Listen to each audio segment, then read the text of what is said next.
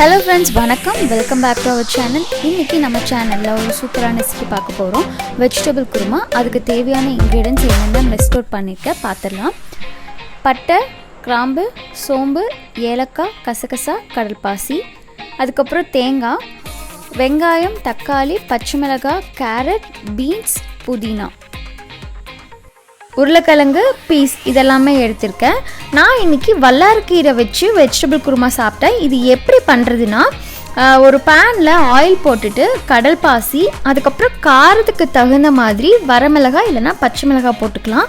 பச்சை மிளகாய் போட்டிங்கன்னா நல்லாயிருக்கும். ஸோ பச்சை மிளகாய் போட்டுட்டு அதுக்கப்புறம் நம்ம வந்து பெரிய வெங்காயம், ஒரு பெரிய வெங்காயம் வந்து கட் பண்ணி வச்சுருக்கேன். அதையும் நம்ம இப்போ ஆட் பண்ணிக்கலாம். ஆனியன் வதங்கிறதுக்கு தேவையான அளவு உப்பு ஆட் பண்ணிக்கோங்க. அதுக்கப்புறம் இஞ்சி பூண்டு பேஸ்ட் வந்து 1 டேபிள் ஸ்பூன் அளவுக்கு ஆட் பண்ண போகிறேன் நான்.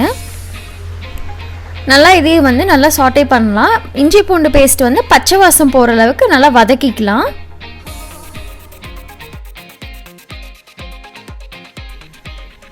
இது வதங்கினதுக்கப்புறம் நான் வந்து தக்காளி ஒரு ஹாஃப் தக்காளி மட்டும் எடுத்திருக்கேன். ரொம்ப தக்காளி சேர்த்துனா புளிப்பு டேஸ்ட் வந்துடும். ஸோ ஹாஃப் தக்காளி வந்து எடுத்திருக்கேன். அதுக்கப்புறம் இப்போ நம்ம வந்து வெஜிடபிள்ஸ்லாம் ஆட் பண்ணிக்கலாம். நான் இப்போ வந்து பொட்டேட்டோ ஆட் பண்ணியிருக்கேன். எல்லாமே வந்து உங்களுக்கு எந்த மாதிரி பிடிக்குமோ கட் பண்ணி வச்சுக்கோங்க.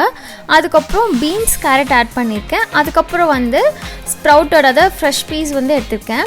நீங்கள் வந்து இது கூட கேப்சிகமும் ஆட் பண்ணலாம். அதுக்கப்புறம் வந்து சோயா ஆட் பண்ணலாம். உங்களுக்கு எது பிடிக்குமோ ஆட் பண்ணிக்கலாம்.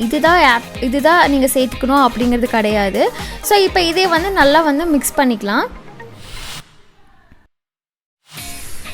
இது குக் ஆகிற டைமில் நம்ம வந்து கோக்னட் பேஸ்ட் வந்து ரெடி பண்ணிக்கலாம். அதுக்கு 1 கப் கோக்னட், அதாவது வந்து உங்களுக்கு தேவையான அளவு எடுத்துக்கோங்க. அதுக்கப்புறம் நம்ம வந்து சோம்பு, கசகசா, பட்டை, கிராம்பு, முந்திரி, புதினா இதெல்லாமே நம்ம வந்து ஒரு பேஸ்ட்டாக எடுத்துக்கலாம்.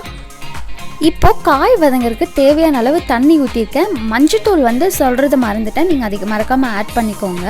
இப்போது காய் வந்து நம்ம லிட்டு க்ளோஸ் பண்ணி நல்லா குக்காக விடலாம். அதுக்கப்புறம் நம்ம வந்து குழம்பு மிளகாத்தூள், வீட்டில் அரைச்ச குழம்பு மிளகாத்தூள் வந்து ஒரு 1/2 டீஸ்பூன் அளவுக்கு ஆட் பண்ணியிருக்கேன். ஸோ இந்த டைமில் நம்ம என்ன பண்ணலான்னா, நல்லா வந்து அந்த அரைச்சி வச்சுருந்த பேஸ்ட் ஆட் பண்ணிவிட்டு இதில் இன்னொரு என்ன இன்க்ரீடியன்ட் நம்ம ஆட் பண்ண போகிறோன்னா கர்ட் ஆட் பண்ணலாம். இல்லைனா நீங்கள் வந்து பால், அதாவது வந்து காய்ச்சி வச்சுருந்த பால் வந்து லாஸ்ட்டாக நம்ம ஆட் பண்ணிக்கணும். இப்போ இது ஊற்றுனதுக்கப்புறம் ஒரு 2 to 3 மினிட்ஸ் வந்து நம்ம அப்படியே வச்சிடலாம். அதுக்கப்புறம் உங்களுக்கு எந்த அளவுக்கு கன்சிஸ்டன்சி வேணுமோ அந்தளவுக்கு வந்து நீங்கள் போட்டுக்கோங்க தண்ணி.